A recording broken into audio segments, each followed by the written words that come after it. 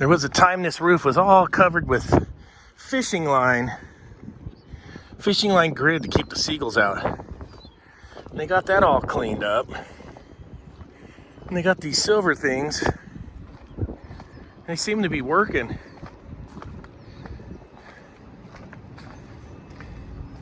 Far out, man. Yep.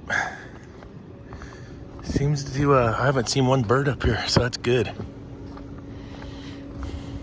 This is the roof for the Bed Bath & Beyond that's gone. Huge square footage.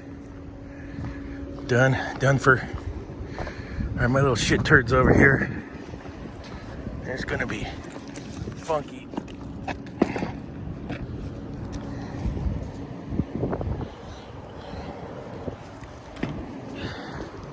That funky thing right down there.